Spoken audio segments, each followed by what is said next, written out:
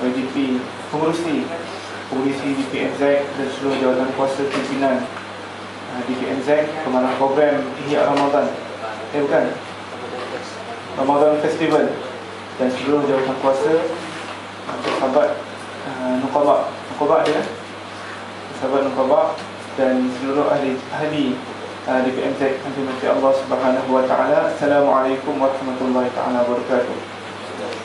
Syukur kepada Allah Subhanahu wa taala, hari ini kita diberikan peluang untuk sama-sama berjumpa, berkumpul untuk kongsi ilmu, untuk kita sama-sama kongsi pemikiran.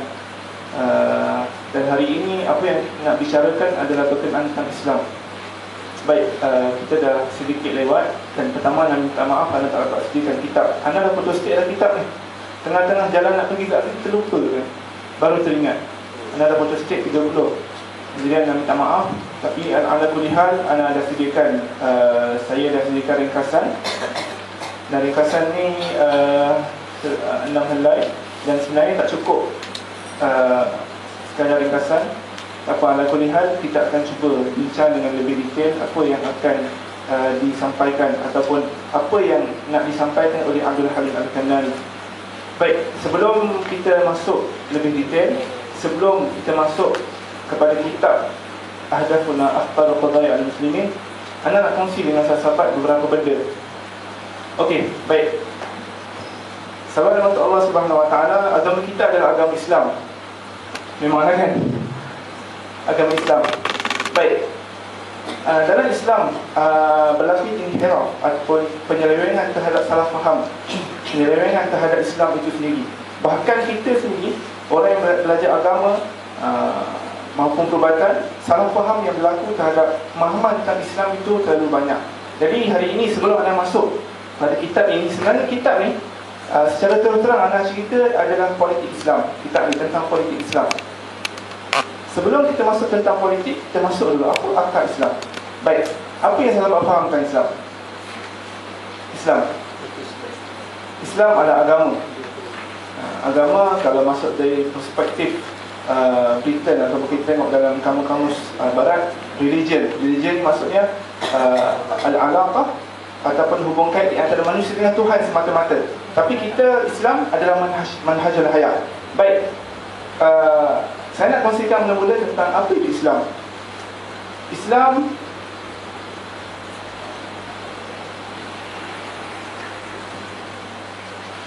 satu ketika seorang sahabat berjumpa Nabi SAW.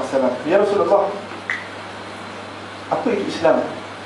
Lantas Nabi SAW menjawab, Islam adalah solat lima waktu sehari semalam pada waktu malam dan siang, dan zakat. Dua je Nabi sebut. Datang seorang sahabat baginda SAW jumpa Nabi SAW. Ya Rasulullah, apa itu Islam? Lantas Nabi menjawab apa dia? Nabi menjawab, Islam adalah solat, Islam adalah puasa, dan Islam adalah zakat. Hadis yang kedua. Dalam hadis yang ketiga yang diriwayatkan oleh Abu Hurairah radhiyallahu anhu, seorang sahabat ja'a sahabat Nabi sallallahu alaihi wasallam fasa'ala ila Rasulullah sallallahu alaihi wasallam ma huwa Islam? Apa itu Islam? Lantas apa yang Nabi sebut? Nabi sebut Islam adalah syahadatu an la ilaha illallah wa anna Muhammadar Rasulullah wa iqamis salat wa ita'iz zakat wa shaum Ramadan wal hajj man istata'a ilaihi sabila.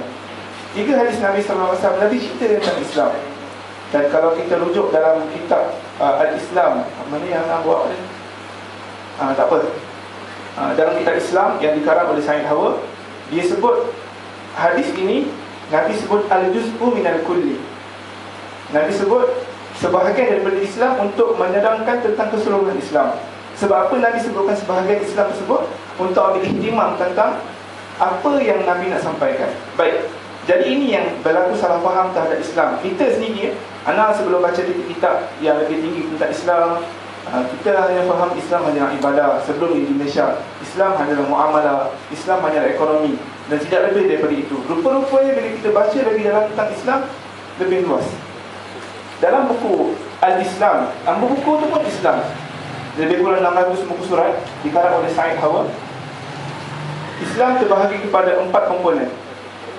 1, 2, 3, 4. Okey. Islam Pertama adalah al-iman.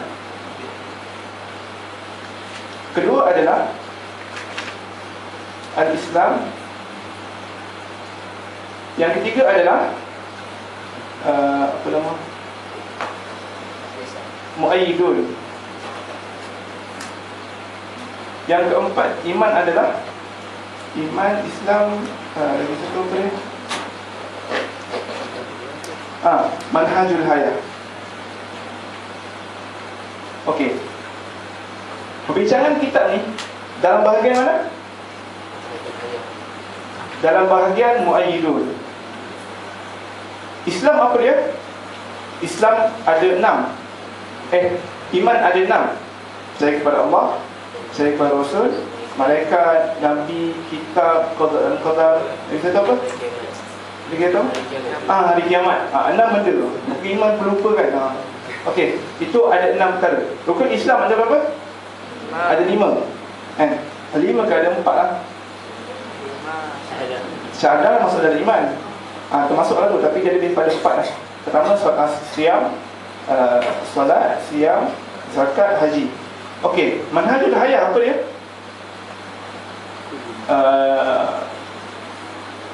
Antaranya apa nama, ijtimaiyah, siasiyah, politik, antaranya iktisadiyah, antaranya jamaiyah, antaranya lagi maliyah, termasuk dengan iktisadiyah, dan sebagainya. Okey, apa dia muayyidun ni? Muayyidun ni apa? Baik, untuk pembicaraan muayyidun, Dr. Abdul Halim Al-Kanani, seorang penulis, seorang ulama Haraki yang terkenal, dia membincangkan secara detail, bukan secara detail, secara gambaran umum yang sedikit detail tentang apa dia muayyidun. Muayyidun ada 4. Yang pertama jihad. Yang kedua, amar ma'ruf. Yang ketiga, nahi mungkar. Yang keempat, hukum dan iqab. Okey.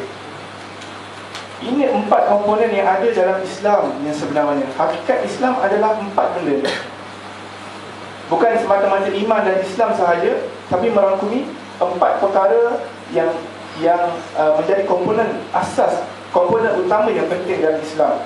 Baik, dalam kitab Islam dikarangan Dr. Said Hawa, iman disebut sebagai asas. Iman dan Islam disebut sebagai asas. Ataupun dalam bahasa Arab kita panggil iman. Iman apa iman? Iman ni tiang. Baik. Kita selalu didedahkan tentang iman, tentang tiang dalam Islam. Tapi kita tak didedahkan tentang rumah tu macam mana. Kita ada tiang, tak ada rumah. Jadi apa? Tak ada jadi apa-apa. Akhirnya orang hanya nampak Islam hanya satu benda yang syakal. Syakal ni maksudnya hanya rangka sahaja. Islam tak ada tingkap. Nak masuk rumah, pintu tak ada. Macam mana nak nampak Islam cantik? Nak tengok pemandangan Islam tak ada tingkap. Macam mana nak tengok? Nak masak, dapur tak ada. Macam mana nak makan? Akhirnya Islam yang kita fahami adalah Islam yang cukup jumut. Hari ini anak nak kongsi sedikit tentang Islam, dan lepas tu baru kita masuk tentang apa yang ditekankan oleh Abdul Halim Al-Kanani. Jelas 4 komponen yang ada dalam Islam. Cuma kalau sahabat-sahabat nak baca lagi detail, dapatkanlah kitab Al-Islam. Sebenarnya silsilah dia ada 3. Siapa Dr. Said Hawa ni? Siapa Dr. Said Hawa ni sebenarnya? Dr. Said Hawa, dia adalah penggubal manhaj tarbiyah Ikhwan Muslimin yang pertama. Ikhwan Muslimin yang pertama. Kenapa kita tak ada Ikhwan Muslimin? Ikhwan Muslimin adalah jemaah yang paling hebat. Satu ketika dulu sampailah ke hari ini. Sampai sekarang dapat menawan Mesir dengan dipimpin oleh Dr. Mursi. Baik, ada jemaah yang terbaik dekat dunia adalah Ikhwan Muslimin. So dia ada dekat Mesir. So ada beberapa kumpulan yang dia nampak tarbiyah ataupun manhaj Ikhwan Muslimin hebat, dia nak buat dekat tempat dia. Contoh dia nak bawa balik kat Malaysia. Boleh tak? Boleh tak? Boleh. Dia nampak satu benda hebat, dia nak bawa, dia nak masukkan Ikhwan Muslimin dekat Malaysia. Jawapannya memang boleh. Boleh dengan syarat kalau satu tempat tu dia tak ada jemaah yang dah sedia ada. Kan? Dia dah ada jemaah yang sedia ada. Kalau tak ada jemaah lagi, silalah buatlah. Tapi ana yakin dan percaya, 100% percaya di setiap kawasan, setiap tempat akan ada jemaah yang akan mempertahankan Islam. So haram hukumnya kita buat jemaah, kita masukkan manhaj Ikhwan Muslimin ke dalam jemaah Islam. Cuma manhaj yang ada dalam Ikhwan Muslimin boleh kita masukkan dalam jemaah ni. Kan? Manhaj dia boleh kita bawa masuk. Okey, itu sedikitlah tentang jemaah, sedikit sebanyak. Sebab apa? Sebab kita cerita tentang benda-benda ni. Dan semua ini berkenaan tentang politik. Dan politik dia ada kaitan tentang jemaah, dia ada kaitan tentang persatuan. Baik, ini sedikit ringkas tentang Islam. Okey. Jadi kita dah faham sedikit sebanyak tentang Islam. Dan satu lagi perkara yang anak nak kongsikan dengan sahabat-sahabat adalah, okey, sebelum tu anak nak tunjuk satu. Kita ni bawa pemerang kan? Betul, kita bawa pemerang. Satu benda yang anak nak tunjuk kat sahabat-sahabat, pada apa pemerang ni dia nak bawa Islam yang syumul. Kita tengok manhaj dia sedikit. Okey, Islam tahun 1, apa buku yang kita diskusi? Mazayani Intimasi Islam kan? Panjang sangat. Lepas tu Hatta Yalam Masyabab kan? Okey, peranan, cerita tentang peranan. Hatta Yalam Masyabab. Okey, tak perlu cerita pasal peranan. Ni cerita tentang Islam. Tahun pertama kita dibentangkan tentang Mazayani Intimasi Islam. Cerita tentang, dalam tu cerita tentang akidah. Dalam tu cerita tentang ibadah. Dua benda. Bab yang pertama. Bab yang kedua dia cerita tentang politik. Politik ni jangan kita sempitkan tentang dia orang tak suka apa dia cerita pasal politik. Politik ni siasat Islam, bukan politik kepartian, tapi politik dalam Islam. Politik ni apa? Politik ni muamalah. Cara kita berkomunikasi politik, cara kita berorganisasi itu politik. Sebab tu kita tengok sekarang ni, hari ini contoh dekat Jamiatul Azhar, Masjid Azhar ni dah buka satu kitab. Lepas Taurah ada buka satu kelas pengajian namanya Kitab Siasat Syariah, politik dalam Islam. Sebab apa? Sebab dulu pemimpin cukup teruk, dia tak nak bagi orang-orang Islam faham tentang Islam. Hari ini terbuka, semua nak ajar tentang Islam. Baik, yang pertama Mazayani Intimati Islam, cerita tentang akidah, cerita tentang ibadah. Bab yang kedua cerita tentang jemaah, macam mana nak pilih jemaah, ciri-ciri jemaah yang kita kena ikut. Baik, selepas itu kita dibentangkan tentang apa yang dipanggil sebagai Al-Islam, Syariatul Zaman, Syariatul Zaman wal Makan. Kan? Pertama, masalah ni, kenapa kita perlu berintimat dengan Islam? Kita bagi sepenuh jiwa kita kepada Islam. Yang kedua, dia datangkan apa peranan pemuda Islam. Lepas tu yang ketiga, Islam perundangan di setiap zaman dan tempat. Ketiga. Yang keempat, hari ini kita belajar Hadafuna Afdal Qadaya Al-Muslimin. Kita belajar Islam. Mula kita belajar tentang iman Islam, iman dan Islam. Lepas tu kita belajar tentang Manhajul Hayat dalam kitab Syariah Al-Islam Syariatul Zaman dan Makan, dikarang oleh Dr. Abdul Nasir Ulwan. Ikutlah. Kan? Dia cerita tentang Islam tu semua. Dari sudut Islam ni adalah manhaj Rabbaniyah, manhaj Alamiyah, tidak jumud dan sebagainya. Hari ini kita akan bincang tentang satu kitab penerusan kepada pemahaman tentang Islam. So, kalau sahabat-sahabat tak faham 2-3 benda ni, sahabat baca terus ni, kita tak akan dapat faham Islam yang syumul. Kita akan dapat faham Islam tu jihad. Akhirnya berlakulah manusia ataupun rajulun muslimin dan ataupun imra'ah muslimah yang memahami Islam perang. Dan hari ini kita tengok cerita-cerita cukup dahsyat tentang Islam. Ana semalam kawan cerita, ada banyak cerita tentang burukan Islam. Pernah tengok cerita Kurban Hindustan. Cerita tu bagus. Dia cerita tentang perjuangan Islam, tapi dia cerita tentang kita ni perlu bunuh diri untuk Islam. pergi kereta api bunuh diri, kan? Pernah tak tengok satu video terkenal? Video dia dalam cerita tu 2 jam, 10 minit dia yang bagus.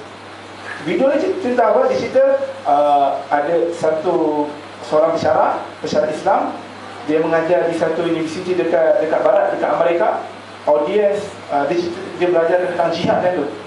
Jihad, audiens dia penuh, kan? Cerita Islam. Lepas tu seorang ahli Muslim kita datang.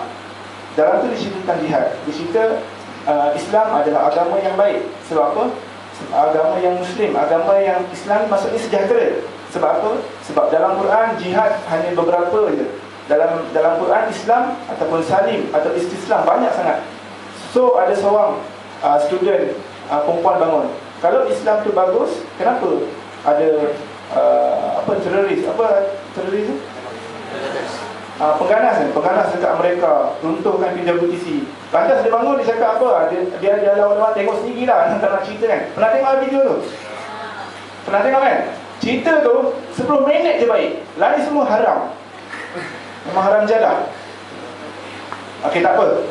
Tu sedikit lah. Nak ceritanya, kalau kita tak faham silsilah ni, kita akan dapat faham Islam yang cukup jumut. Baik, banyak sangat. Nak cerita mukadimah je. Okey, baik. Ini ringkasan dia. Cuma ringkasan dia, ni ringkasan jadi masterpiece dia. Bila dah edit, dia jadi macam pelik-pelik sikit kan.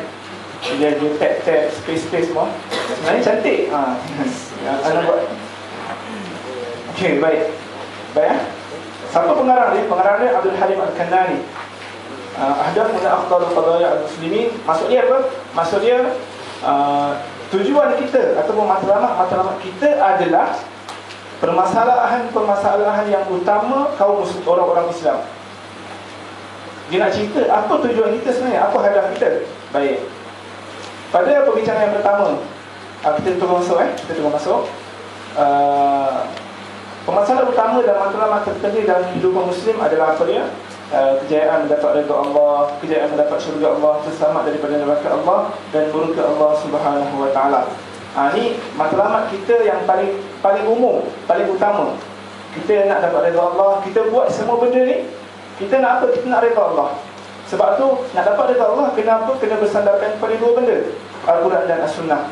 Maksudnya kita kena belajar daripada sekarang Quran, hadis secara detail, secara faqih. Kalau belajar perubatan, Dr. Said Howard dalam kitab dia Jundullah Saqafatan Al-Quran, kita yang tak mampu, yang tak ada peluang yang banyak untuk belajar Islam secara dakik, secara dalam, cukuplah kita cari kefahaman Islam yang mampu menjadi mizan kepada kita. Mizan ni apa? Mizan timbangan. Contoh, kita bangun tidur nak buat apa? Nak tengok TV ke, nak baca Quran, kita ada mizan kita. Nabi SAW pesan, bangun tidur, mula-mula pergi masjid salat subuh jemaah. Ni dalam hadis Nabi. Lepas tu pesan Nabi yang kedua, balik masjid, baca Quran. Pastikan Quran adalah bacaan kita yang pertama. Bila kita ada mizan, hidup kita sentiasa akan dalam keadaan smooth je, smart je, cantik je. Redha Allah akan menaungi dalam kehidupan kita. Baik, mendapat redha Allah, syurga Allah, dan kita nak dapat neraka Allah.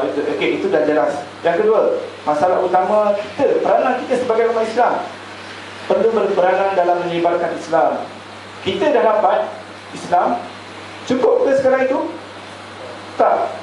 Nabi SAW tugas dia apa? Wallazi ba'atha fil ummiyina rasulan minhum yatlu 'alaihim ayatihi wa yuzakkihim wa yu'allimuhumul kitaba wal hikmah wa yu'allimukum ma lam takunu ta'lamun. Tugas Nabi ada 3. Tugas Nabi. Allah.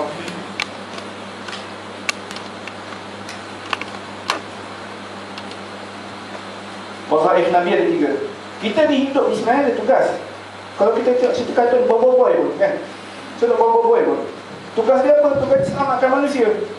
Kalau hidup kita bangun, celik, lepas tu makan, belajar tu tugas lah. Maksudnya sekarang itu je, hidup kita tak bermakna.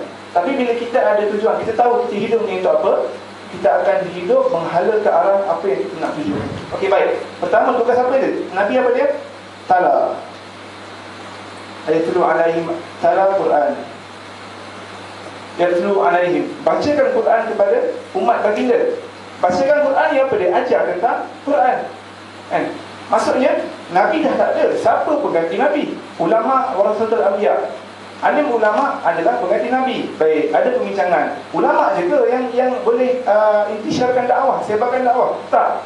Kalau kita dengar kata hukama, man qala la ilaha illallah huwa da'i, tak kisahlah. Ada orang, ada ulama-ulama cakap ini hadis dhaif dan sebagainya. Alhamdulillah kita beramal dengan apa yang kita belajar. Sampai yang kata la ilaha illallah, dia adalah da'i. So kita ni semua adalah da'i. Tugas pertama kita tala yatlu alaihim ayati, kita bacakan Quran kepada umat manusia. Hari ini pernahkah kita sampaikan Islam walaupun sedikit kepada masyarakat? Kalau tak pernah, kita muhasabah. Bila kita ada matlamat nak sampaikan Islam kepada masyarakat, baru kita akan fikir dari sekarang ni apa yang kita nak sampaikan. So kita ada matlamat, kita akan bergerak ikut matlamat tu berperingkat. Contoh, kalau macam saya, macam sahabat ikhwah pengajar Islam, kita belajar agama secara fokus, apa yang kita nak belajar? Okey, mula-mula Dr. Said Hawa juga dia pesan mula-mula belajar apa? Belajar Quran wa ulumuhu, contoh hadis, wa ulumuhu fiqh, wa usuluhu, contoh. Kita belajar dari sekarang, susun dari sekarang apa benda yang kita nak ajar. Biar kita balik nanti kita akan sampaikan. Bukan masa balik je, sekarang ni pun kita sampaikan. Jadi nakib, contoh, kita jadi musyrif rumah. Sini panggil musyrif rumah kan?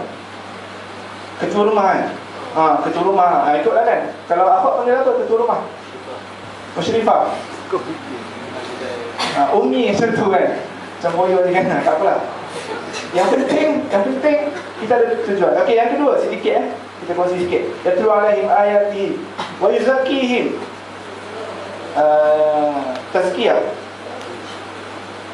Tazkiyah nafs, memberi pengisian rohani, cerita tentang jiwa, isi manusia dengan jiwa, dengan roh, dengan iman.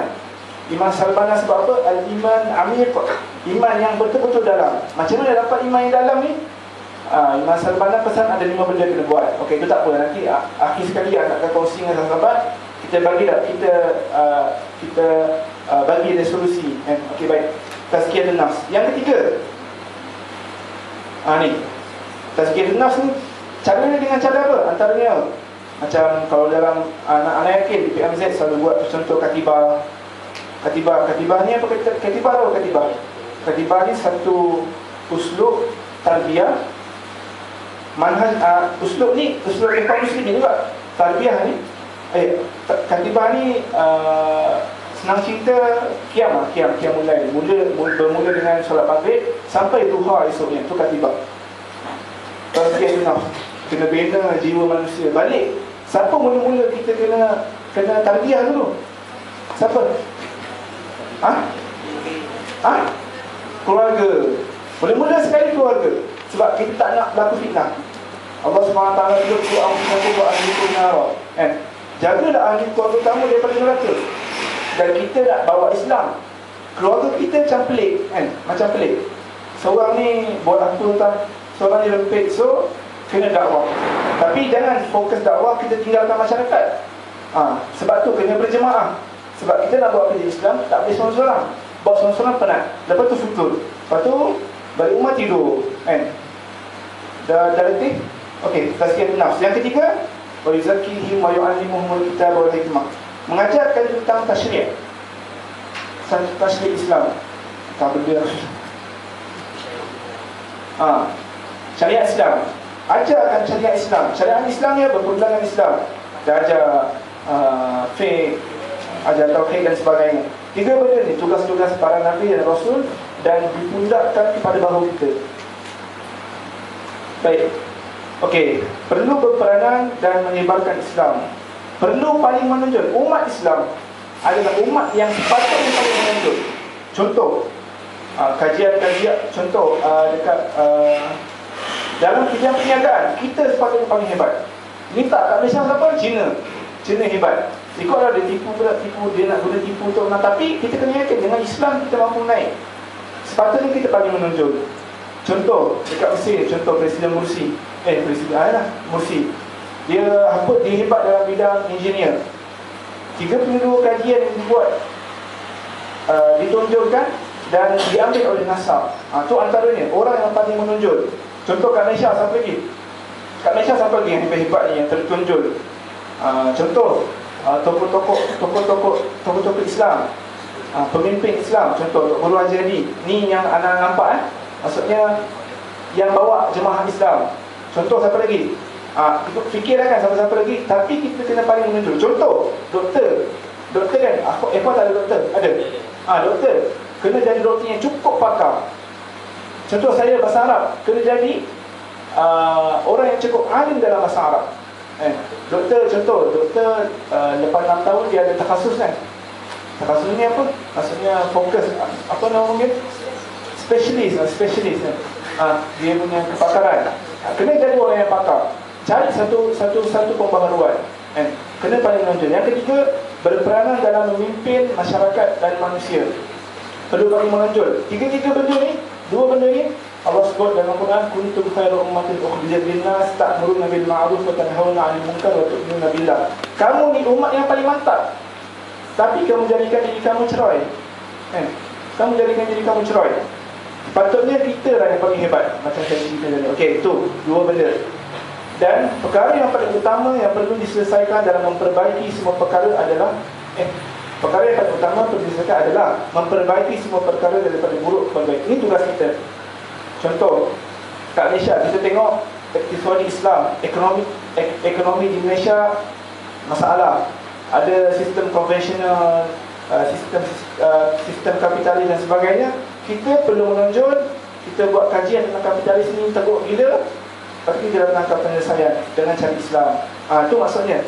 Contoh, dalam politik di Malaysia teruk, kita kena datangkan buat kajian, kita datang kena penyelesaian dia. Contoh lagi, dalam usrah ni keluarga, dalam masyarakat, nak membentuk masyarakat, kita bagi satu penyelesaian, bagi al-Islam wal hal. Islam adalah penyelesaian. Okey, perlu berperanan dalam memimpin masyarakat manusia. Sahabat-sahabat ni balik sepatutnya dan wajib kena memimpin ummah. Tak kira lah pengajian ke pengajian Islam atau perubatan. Lagi-lagi dah pengajian Islam. Dia pengajian Islam dalam hierarki ini dalam lepas Nabi SAW, zaman sahabat, tabi'in dan sampai kepada Umayyah, Khilafah Umayyah. Hierarki masyarakat Islam dia ada, kalau orang ingat dia ada dalam 3 atau 4 tak silap. Okey. Pertama ni umarah. Umarah ni ulama. Ini golongan-golongan yang macam doktor, nak panggil apa tak ingat lah. Dia orang-orang profesional kan. Okey, kita tulis bahasa Melayu. Tak tahu profesional. Okey. Ini adalah hierarki dalam mana? Dalam kepimpinan Islam, dalam masyarakat Islam sepatutnya. Tapi hari ini ramai orang, contoh dengan kalangan profesional, dia rasa diri dia dah hebat. Contoh dia doktor, lepas tu dia faham Islam, tapi dia tak faham Islam cara ulama faham. Contoh, dia belajar usul fiqh, tapi dia tak belajar secara detail. Dia belajar tauhid, tapi tak belajar secara, dia baca buku, pergi dengan syekh pun. Sebab doktor ada sempat dia belajar, ada masa sempat yang cukup. Macam kami, memang kami fokus benda tu lah, benda Allah tu dia kami hantar. Makan benda tu, minum benda tu kan. Semua benda, main bola pun tinggal benda tu. Tu kalau power sangat lah kan. Maksudnya ada profesional, dia nak jadi umarah. Dan dekat Malaysia, suasana Malaysia, ada profesional yang dia nak masuk jadi ulama. Akhirnya akan jadi pelik. Akan jadi apa? Dunia akan jadi tidak terarah kepada Islam yang sebenar. Sebab apa? Ulama dia akan pandu umarah dalam apa-apa keputusan yang dikeluarkan. Contoh dalam Sultan Muhammad Al-Fatih. Sultan Muhammad Al-Fatih, siapa yang bimbing dia? Syekh Shihabuddin, Syekh Syamsuddin, ulama yang jadi mustasyar, yang jadi penasihat dia. Apa-apa benda yang dia buat, dia akan tanya, dia akan rujuk. Ini penting Belajar perubatan, kadang-kadang Ana terlibat dengan Jabatan Mukabat Umrah. Kadang-kadang medik kita laju sikit otak dia canggih Kadang-kadang banyak benda yang dilaju. Okey, baik. Nombor dua, memelihara kehidupan umat manusia daripada kemungkaran dan membangunkan. Okey, matlamat yang paling agung dan mulia. Okey, dalam dalam Al-Quran, "Wa ma khalaqtul jinna wal insana illa liya'budun." Kamu ni aku jadikan untuk sembah aku je, sembah Allah Subhanahu Wa Taala. Maksudnya setiap apa benda pun ulama-ulama mufassirin tafsir dia mengatakan bahawa apa maksud illa liya'budun? Semua benda yang kita ada ni sebab Allah. Contoh, kita belajar ni sebab Allah. Kita belajar dapat sebab perisa, nilai lah. Sebab tu iman tu betul-betul kena kuat. Susah kita sekarang susah, anak pun susah. Sebab iman yang dalam ni betul-betul. Contoh, kita lepas perisa, ya Allah bagilah aku lulus, bagilah aku lulus, bagi aku. Kalau orang yang betul-betul redha, dia akan cakap kalau lulus ke gagal ke aku serah. Tapi kita serah, tapi nanti kita doa, tapi bagilah lulus. Nampak? Kita ni iman kita tak ni. Nampak? Bagilah lulus. Dan sebagainya lah. Okey, baik. Matlamat adalah menghambakan diri kepada Allah, sampaikan dakwah dan risalah, melaksanakan manhaj yang telah disusun oleh Allah Subhanahu Wa Taala dan sebagainya. Okey, baik. Kita masuk sikit perbincangan matlamat yang utama, detail sikit. Okey, baik. Berbezanya matlamat berdasarkan berbezanya wakil atau keadaan. Sahabat Allah Subhanahu Wa Taala, setiap tempat ataupun kita ada matlamat hidup, betul. Dan Islam ada matlamat. Dalam ni ada 4 matlamat. Kita akan bincang sikit lah. Masih cukup, risau dah cukup. Ada 4 matlamat. Baik, dalam 4 matlamat ni ataupun dalam matlamat manusia berbeza mengikut wakil dan keadaan. Contoh, sejarah dunia Islam membuktikan perbezaan situasi dan keadaan suatu zaman atau tempat ia memberi kesan pada tindakan dalam menyelesaikan matlamat pada tujuan tertentu. Okey, contoh, sekiranya kita kembali 1400 tahun ke belakang, semasa zaman Khilafah Umar bin Khattab, apakah matlamat utama gerakan Islam ketika itu? Adakah matlamatnya mengembalikan khilafah? Okey, kita kembali kepada 1400 tahun dulu. Kita macam Nabi buat khilafah, betul? Sebab tak ada khilafah. So Nabi bina sahabat-sahabat dekat Mekah, bina akidah selama 13 tahun. Akhir dapat kekuatan, Nabi pergi Madinah untuk bina negara. Untuk bina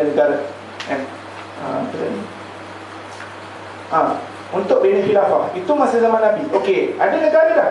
Zaman Sayyidina Abu Bakar. Apa Sayyidina Abu Bakar buat time tu? Apa? Antara yang paling utama, memerangi riddah, memerangi golongan-golongan murtad, memerangi golongan-golongan yang tak nak bayar zakat. Dan ini antara ni dalam ana dengar satu ceramah Tok Guru Hajari tentang tajdidul fikrah, memperbaharui pemahaman. Masa zaman Sayyidina Abu Bakar buat apa? Perangi orang bayar zakat, perangi orang yang murtad. Khalid Al-Walid ditugaskan untuk memerangi golongan-golongan ini. Sampai ke tempat tersebut, sampai ke perkampungan tersebut, rupa-rupanya dia semayang subuh, tengah azan subuh, tengah nak solat subuh. Khalid Al-Walid pelik. Dia solat, kenapa kita nak perang orang Muslim macam kita dan dia semayang? Akhirnya balik ke Mekah kembali, balik ke Madinah, ke pusat pentadbiran, jumpa Sayyidina Umar bin Khattab, cerita kat Sayyidina Umar bin Khattab. Kenapa ni? Sayyidina Umar tak tahu. Jumpa Sayyidina Abu Bakar. Sayyidina Abu Bakar cakap apa?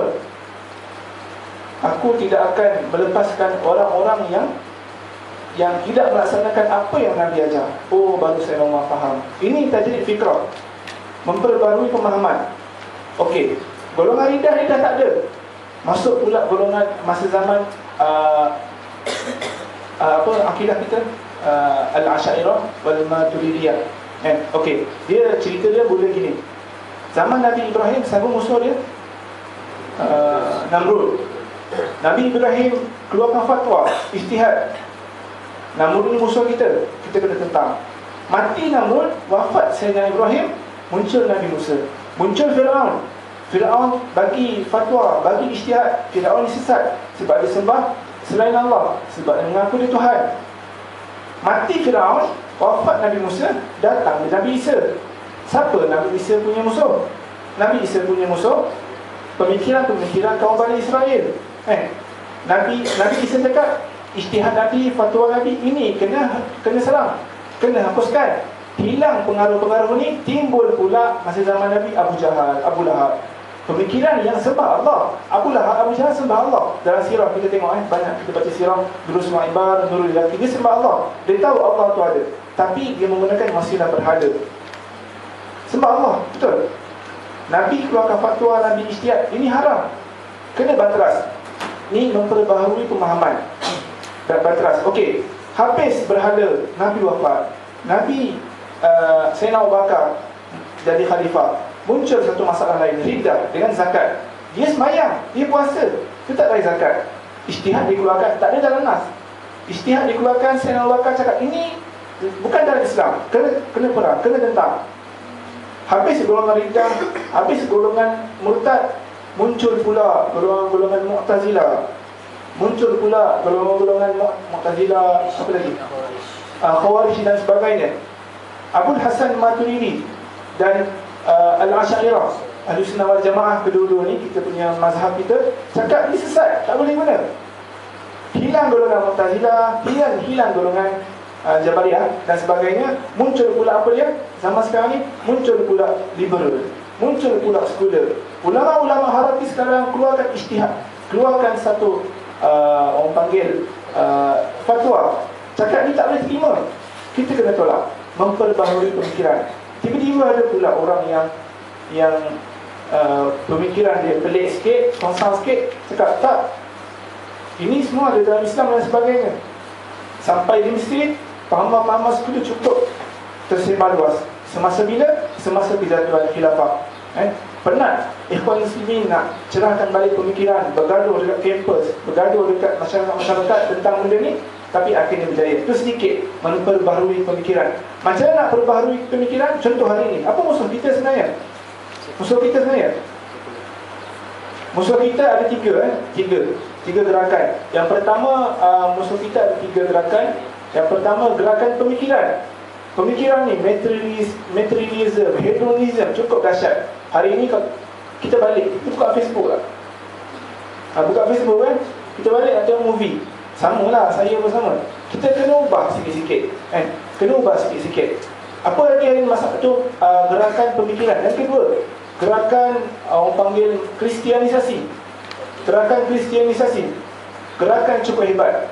Sahabat, kita tak pernah duduk dekat barat, dekat Eropah. Dekat Eropah, orang panggil dia punya promotion tentang agama masing-masing itu cukup hebat. Contoh, kawan saya ada duduk Ireland, dia cerita, lepas main Jumaat, masing-masing duduk atas mimbar masing-masing. Yang Islam cerita tentang Islam, bawa smart cerita Islam. Yang Kristian cerita pasal Kristian. Islam, kalau lelaki, orang tak pandang. Kawan-kawan dia yang Muslim dekat Malaysia kadang-kadang tertarik dengan Kristian. Sebab apa? Pakaian dia smart, rambut sikat, kemas dia kan, pakai baju kemeja, pakai seluar selat, cantik, pakai tali pinggang, kemas. Yang penting kemas, bukan yang kena beli baju mahal-mahal, kemas. Itu dekat barat, dekat Ireland. Kita kena betulkan pemikiran. Itu gerakan yang kedua. Gerakan yang ketiga, gerakan Freemason dan Illuminati dan sebagainya lah. Tiga benda ni yang ulama keluarkan fatwa, ijtihad. Kita kena hati-hati dengan musuh ini dan kita kena perangi. Sebab apa? Umat musuh Islam hari ini dia tidak serang kita dengan senjata. Walaupun ada, kita tengok macam kawan-kawan dekat Syria, teruk kena. Itu bukan yang digunakan orang kafir, digunakan orang Syiah. Ikutlah kan, masing-masing ada khilaf, Syiah ke tak Syiah ke. Yang penting dia bukan gunakan dia. Di Burma, Rohingya, teruk kawan-kawan kita kena. Dahsyat sangat. Memang cukup sedih kan. Kalau kita tak ada rasa tentang bagaimana dia rasa, memang hati kita kena ubat sikit. Okey, baik. Itu tajrid fikrah, perbaharui pemikiran. Macam mana nak perbaharui pemikiran? Banyak baca buku. Yang kedua, banyak talaqi dengan ulama-ulama, dengan masyayikh. Kalau kat sini tak ada kan, anda tak tahulah, anda tak tulis ni kan, mungkin di PM dia cari ada ni dan sebagainya. Untuk perbaharui pemikiran. Dalam perubatan, apa masalah? Setiap zaman ada masalah. Ulama-ulama meeting kan, dia buat ijtihad masing-masing. Ada masalah Ramadan. Macam mana boleh perbaharui pemikiran dia? Sebab apa? Sentiasa kaji. Okey, baik. Kita masuk terus. Contoh, tadi Sayyidina Umar bin Khattab. Yang kedua, begitu juga zaman Salahuddin Al-Ayyubi. Apakah matlamat utama gerakan ketika itu? Apa matlamatnya? Nak bina khilafah? Tak. Khilafah dah ada. Khilafah dah ada kan itu. Merampas Al-Qudus, merampas Baitul Maqdis. Itu matlamat dia. Nak cerita secara ringkasnya, setiap wakil, setiap tempat ada dia punya qadhiyah masing-masing. Contoh di Malaysia. Malaysia dengan Mesir tak sama. Mesir dengan Malaysia sama lah kan. Mesir ke Malaysia ke Indonesia ke Pakistan, setiap tempatnya berbeza. Contoh, orang timbulkan dekat Mesir, contoh, Ikhwan Muslimin tak terlibat dalam politik dulu. Memanglah dulu, cuba bayangkan, kalau Ikhwan Muslimin tubuhkan Hurriyah wal Adalah sebelum Saurah, memang confirm semua termasuk penjara kan? Tak ada parti politik dah kena tentang, apatah lagi ada parti politik. Dekat Malaysia contoh, kenapa jemaah Islam menubuhkan parti politik? Sebab itu wakil dia. Diterima tak? Dapat 4 negeri. Contoh, 4 negeri ni dapat tatbik syar'i dekat Malaysia. Itu contoh. Dekat Indonesia sekarang masalah dia lain pula. Lagi pening kepala kan? Dulu sebelum Soeharto pelik, pemimpin yang cukup dahsyat, memang tindak. Soeharto naik, golongan-golongan yang bersatu dulu di bawah satu payung nak dapatkan Islam. Lepas menang, pecah berpuluh-puluh parti. Akhirnya dalam pilihan raya, parti liberal 2 je, parti Islam bersepak-sepak. Akhirnya kalah parti Islam. Sebab apa? Liberal 2 je. Contoh, 100% undi, ni dapat 20%, 10%, yang 1% kalah. Apa buktinya kat Malaysia? Dekat Indonesia macam mana nak buat? Orang Indonesia lah, kita nak kaji kan. Bagi pandangan kita kena cari satu jalan untuk satukan balik. Dah ego lah. Bagi pandangan kat Malaysia, satu hari nanti akan sama berlaku. Contoh di realiti yang berlaku. Islam PAS dah menang. Contoh, anda yakin dan percaya pasti akan berlaku perpecahan cukup dahsyat. Orang liberal nak buat manhaj dia, orang sekular nak buat manhaj dia, orang yang macam haram pelik-pelik lagi tu, dia nak buat cara dia kan? Okay, macam itulah. Sebab apa? Ana cerita sebab Ana boleh kita cerita dia ni. Boleh? Ganas gila kan? Tak pula, tak kira. Contoh Ana cerita sekali realiti gerakan Islam. Satu hari program tarbiyah. Dipindah dekat atas kan? Habis program, MC cakap dipersilakan kepada tim-tim terhormat untuk ke Dewan makan yang telah disediakan. Orang liberal cakap apa? Orang dia yang kesamarataan tu apa namanya? Liberal lah. Sosialis. Orang sosialis fahaman dia apa? Ni apa ni? Kata kesamarataan, kena makan dengan rakyat. Nampak? Time ni pun dia dah pemikiran dia dah pelik gila kan? Apatah lagi dah menang, nanti dia akan buat pemikiran dia sendiri. Sebab tu nak cakap, kesatuan ni memang cukup payah. Nak kena dengan khilafah. Khilafah nak kita bincang. Okay, baik. Jawab kita berapa ni? 60, okay. Baik. Tadi tu wakil okay. Timbangan pertama wakil. Okay, apa nak cerita sikit. Apa manhaj yang ditulis oleh Abdul Halim Al-Kanani dalam kitab kan? Setiap ulama ataupun ulama-ulama dia tulis buku, dia cerita macam mana mula dia tulis. Abdul Halim Al-Kanani mula-mula dia cerita pasal inhiraf. Inhiraf ni apa? Inhiraf. Faham inhiraf? Inhiraf ni penyelewengan. Dia cerita pasal penyelewengan yang berlaku tentang Islam. Lepas tu didatangkan satu mizan. Mizan ni timbangan. Didatangkan fahaman orang tentang Islam ni macam mana. Ada orang tengok dalam buku ni dia cerita wakil. Dekat beberapa tempat contoh khilafah Islamiyah jatuh, macam-macam pemikiran ada. Ada orang cakap khilafah jatuh, nak bangkitkan kena bina akhlak je. Program semua akhlak je. Nak bina khilafah, kenapa akidah je? Akidah kena program akidah, kena ada seminar tentang akidah. Ada gerakan nak bagi khilafah, kena bina khilafah. Maksudnya bina khilafah.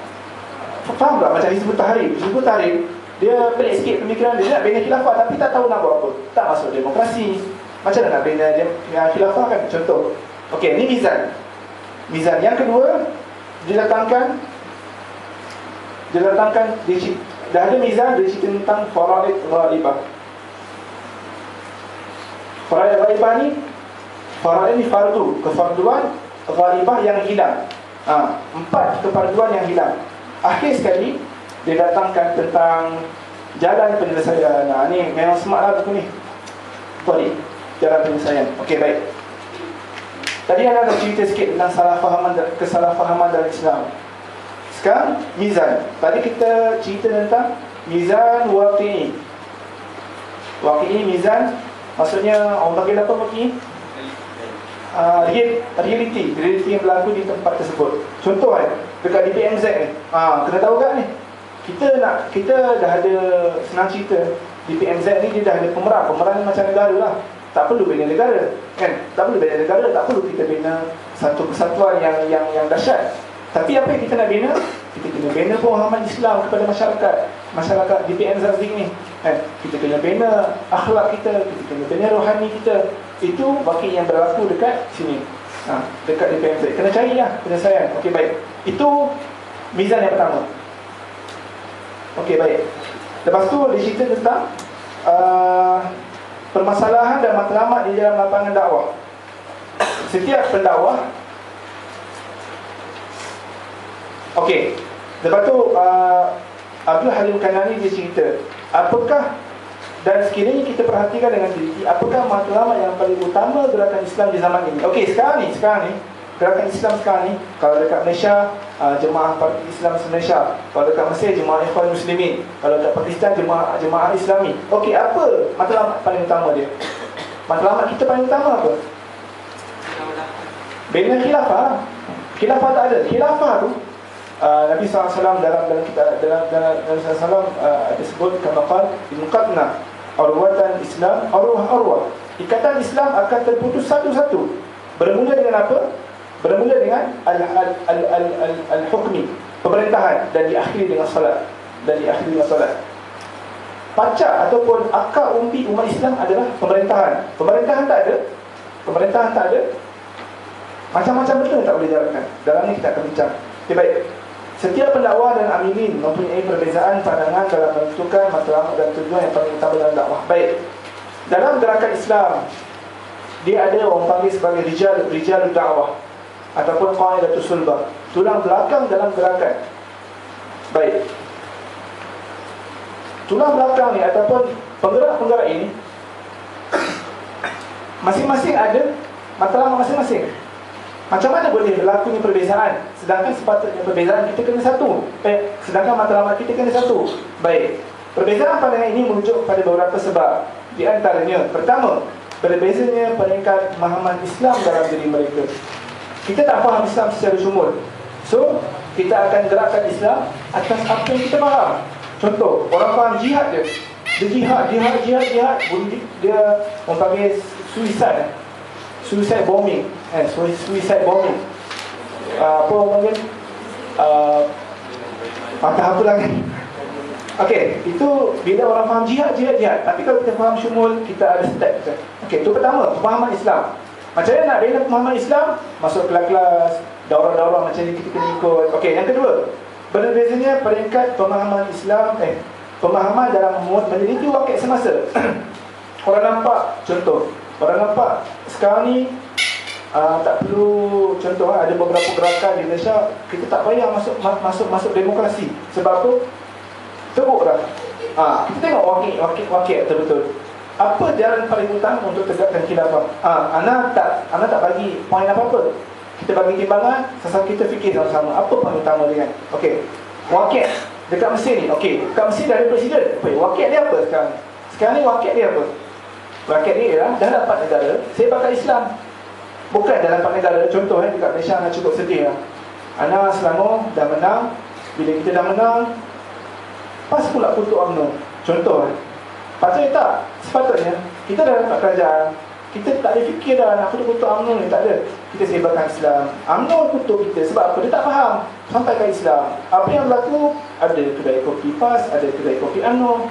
Tak suka betul. Sebab itu itu orang ni adalah orang yang masuk PAS sebab tak faham. Saya masuk PAS sebab saya nak sampaikan dakwah. Saya cakap terang kan. Yang masuk PAS. Kalaulah saya kena percaya, kalaulah Islam dah tertegak di Malaysia, PAS akan tak ada. Sebab apa? Dah dapat apa yang kita nak. Contoh dunia saya cerita. PAS ni apa nama, kalau UMNO baik, PAS bubar lah. Nampak? Mizan yang betul, yang tepat. Mizan yang tepat. Kalau UMNO baik, UMNO ikut Islam, kemudian Islam ikut hudud dan sebagainya, kita akan buang lah, kita akan masuk. Okey, baik. Itu sedikit Ini anak cerita unity yang senang faham. Okey, yang ketiga. Yang kedua, wakil. Yang ketiga, berbezanya keadaan atau faktor perkembangan dan tarbiyah yang diterima oleh para da'i. Contoh, satu tempat tu tarbiyah tak power, akhirnya gerakan lesu.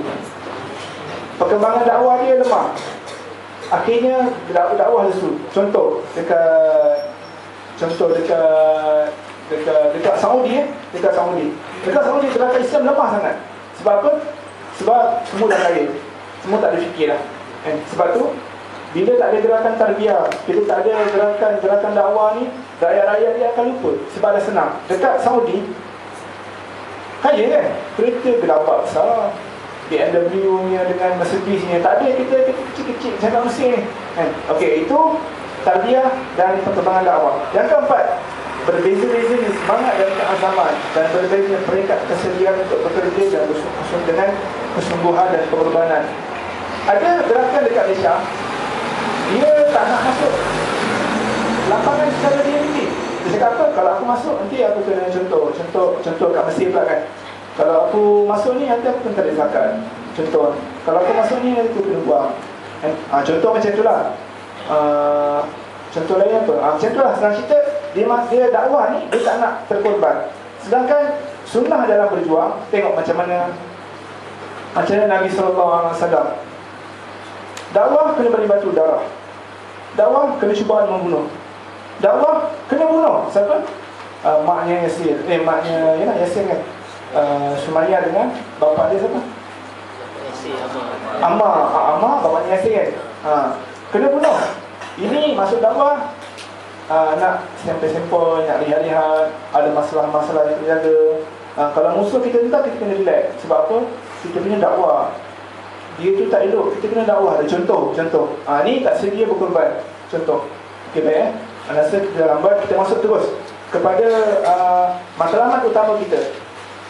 Okey, yang atas tu timbangan dan keutamaan tu ada apa? Contoh harus, sunat muakkad, wajib. Ini timbangan yang kedua yang ulama letak. Contoh dalam fardu ada dua, fardu kifayah, fardu ain. Contoh, tiba-tiba dekat Malaysia kena serang oleh Israel. Kita hadis Nabi, satu hari seorang sahabat jumpa Nabi, ya Rasulullah, aku nak ikut kau pergi perang ni. Lepas Nabi cakap, kau ada mak bapak tak kat rumah? Kau jaga mak bapak kau. Okey, kat Malaysia kena serang. Kita nak pergi tentang ni, semboyan peperangan dah dibunyikan. Kita kena pergi, wajib hukumnya. Jadi mak bapak cakap, tak payahlah pergi. Macam mana? Apa hukum dia? Ni dalam fardu. Anak terus jawab sebab lambat. Jawapannya kena pergi, wajib. Sebab apa? Itu fardu ain. Tapi kalau dah Palestin kena, Syria kena, Burma kena, fardu kifayah. Sebab apa? Dah ada orang lain yang lawan. Kalau tempat kita kena, hukumnya fardu ain, wajib. Contoh kat Palestin, orang Palestin wajib, semua kena pergi perang. Tak pergi perang, hukumnya dosa. Okey, baik. Tapi bicara panjang. Fiqh jihad dalam kuliah syariah tahun 4 jadi bincang secara detail. Okey, itu sedikitlah pemahaman. Kalau berlaku peperangan kat tempat kita wajib pergi. Tapi kalau berlaku kat tempat lain, tak wajib. Contoh, sebab tu dekat sini, kenapa pembarang cakap tak payah tolong ikhwan?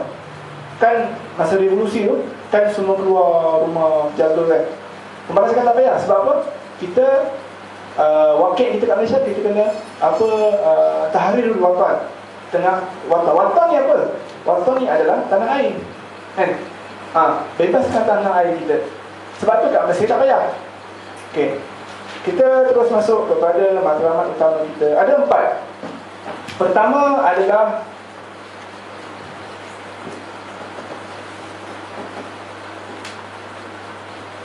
pertama adalah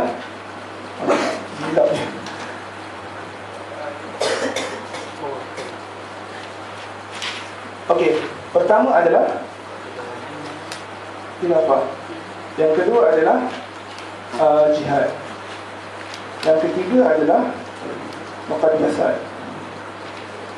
Yang keempat adalah aqliyat. Okey. Khilafah ni apa?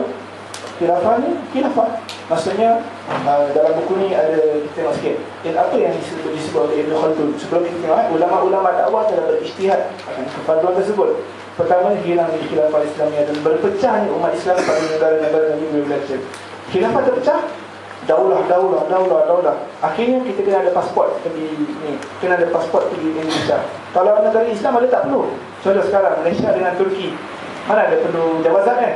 Nak pergi Turki tak ada iqamah pun tak apa, tak masalah. Contoh.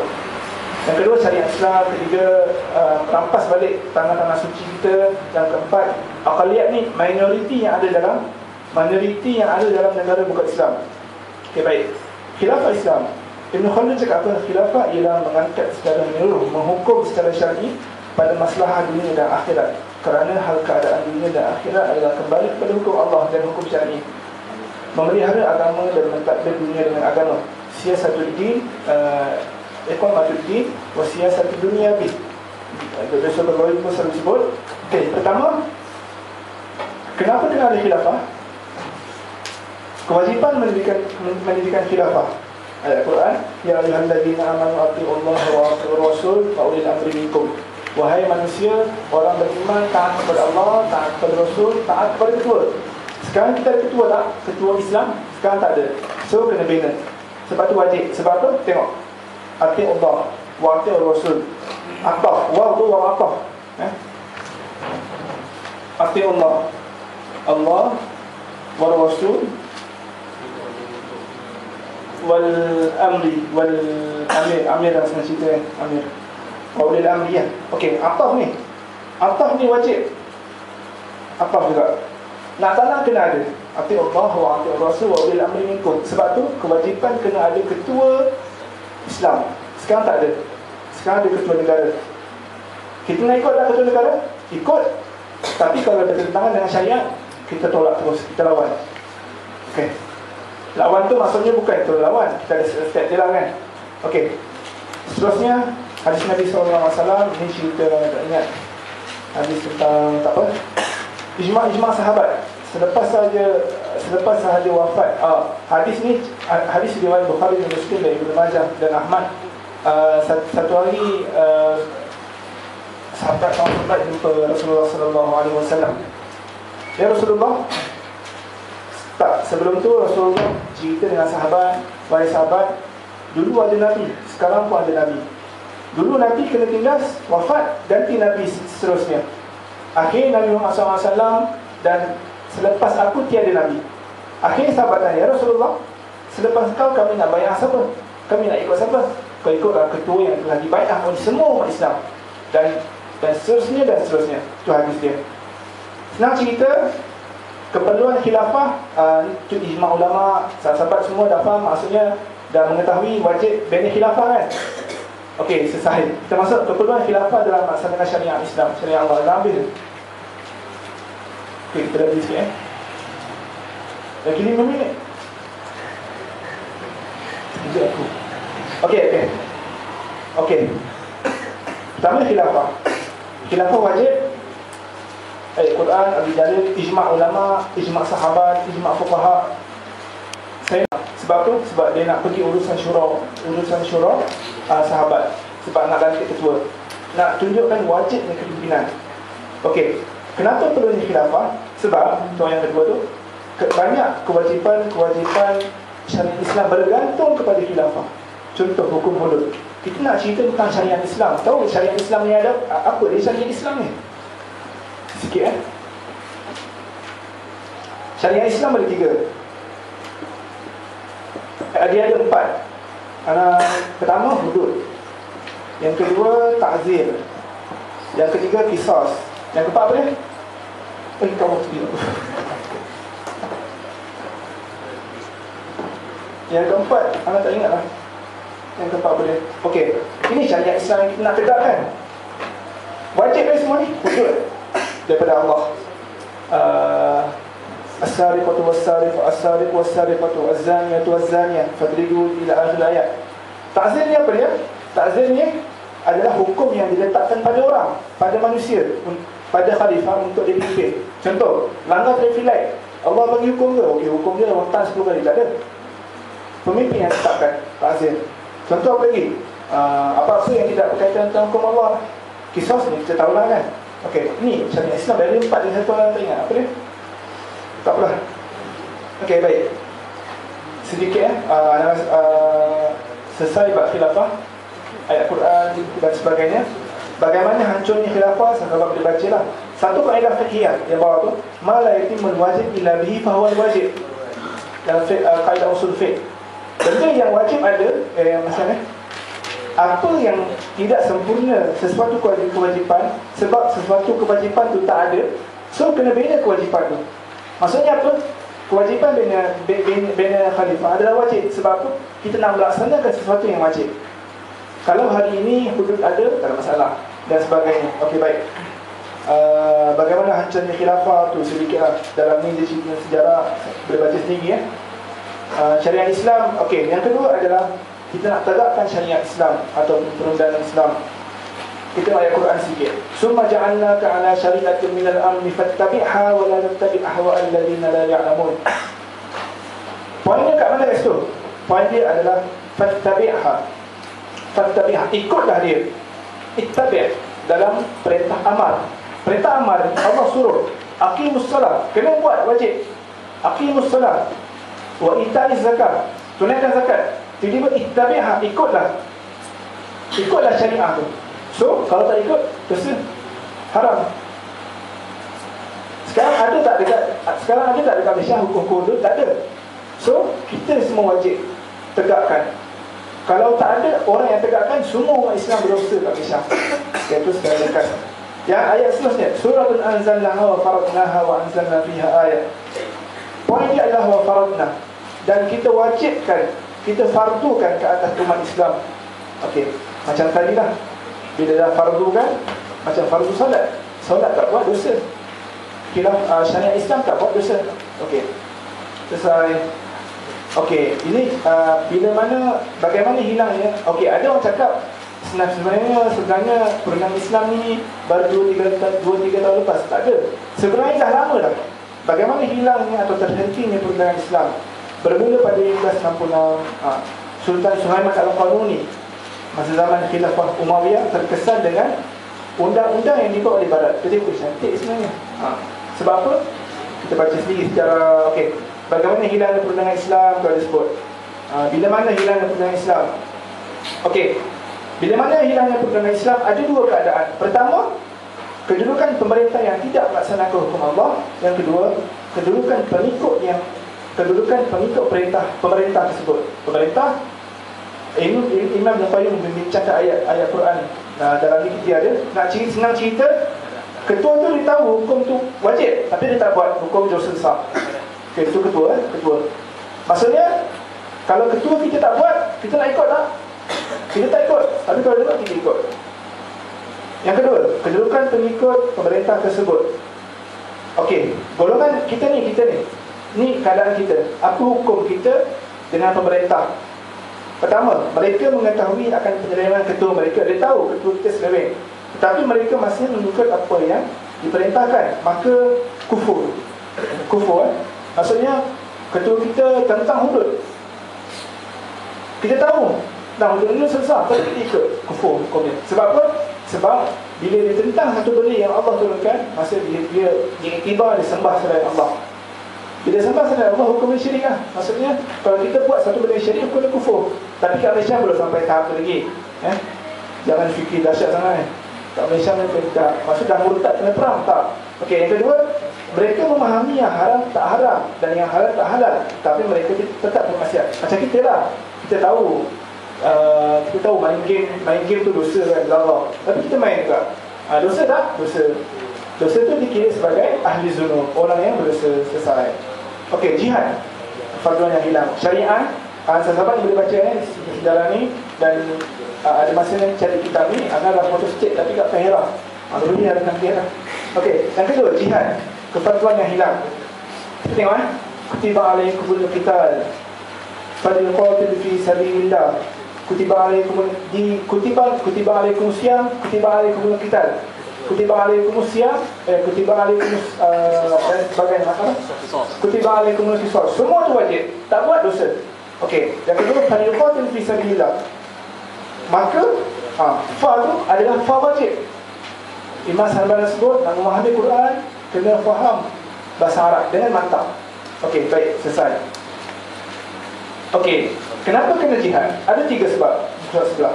Pertama, bila mana kafir dia menguasai orang Muslim dan ditimbulkan fitnah kat dunia, kena wajib tentang. Contoh, dekat Burma dia tentang orang Islam, kita wajib lawan dia. Wajib. Bagi kita fardu kifayah sebab kita bukan watan kita. Yang kedua, jihad adalah kefarduan di dalam membantu golongan muslimin yang lemah. Contoh dekat Burma kan, Rohingya lemah sikit, aqliyat, minoriti, kita kena bantu. Tak tolong, dosa. Sebab tu itu saudara kita se-Islam. Jihad di dalam mengembalikan tanah suci umat Islam dan menentang musuh-musuhnya.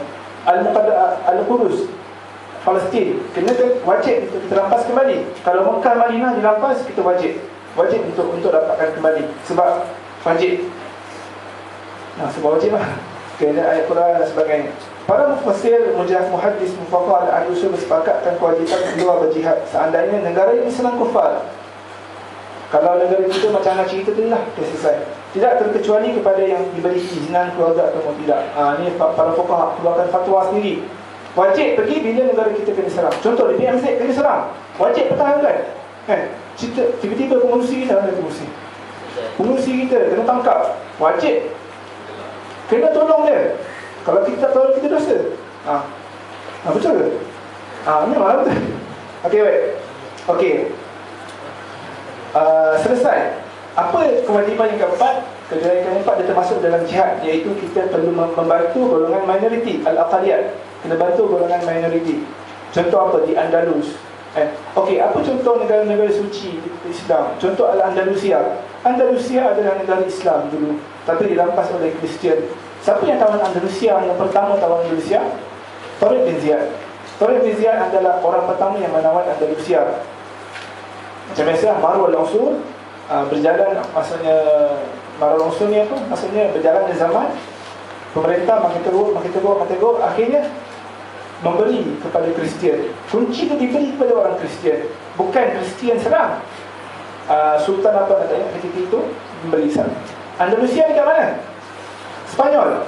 Main bola mesti tahunya, Valencia, Real Madrid, Barcelona, apa lagi? Real Zaragoza. Itu semua dari negeri Islam. Tapi dah terampas, so kita kena rampas balik. So kena menang bola kan. Malaysia kena power, pergi Spanyol kena menang. Tunjukkan bola kita berpower juga. Contoh. Okay, baik. Selesai? Okey, selesai pada kefarduan tu. Dalam untuk menyelesaikan masalah tersebut ada 3 cara yang disusun oleh ulama tersebut. Pertama, individu Muslim. Yang kedua, mujtama' Muslim. Yang ketiga adalah pembinaan masyarakat Muslim. Okey, anda rasa masa dah terlambat. Nak buka soal jawab tak ada? Tak ada ya? Dah lambat lah. Okey. Selesai untuk pematangan tentang ahdafun afdalul qadaya muslimin. Untuk lebih detail kita baca buku ni, sebab orang tanya kita dapat tahu. Sebab dalamnya ada hujah, pandangan-pandangan ulama, jihad. Ada mazhabul arba'ah, ada cerita mazhab Hambali cakap apa, mazhab Hanafi cakap apa, Syafi'i cakap apa, Maliki cakap apa. Ada cerita semua tu. Ibnu Qayyim cakap apa, Ibnu Taimiyah cakap apa, semua ada. Tentang khilafah, semua ada dalam ni. Dan disusun dengan baik. Cuma kita kena baca dan kita kena hadapkan. Dan tunggulah, mesti ada ni orang cuba untuk terjemahkan kitab ni. Kita boleh dapatkan kitab ni. Dan kalau kat belakang ni ada kitab-kitab yang dicarangkan oleh penulis.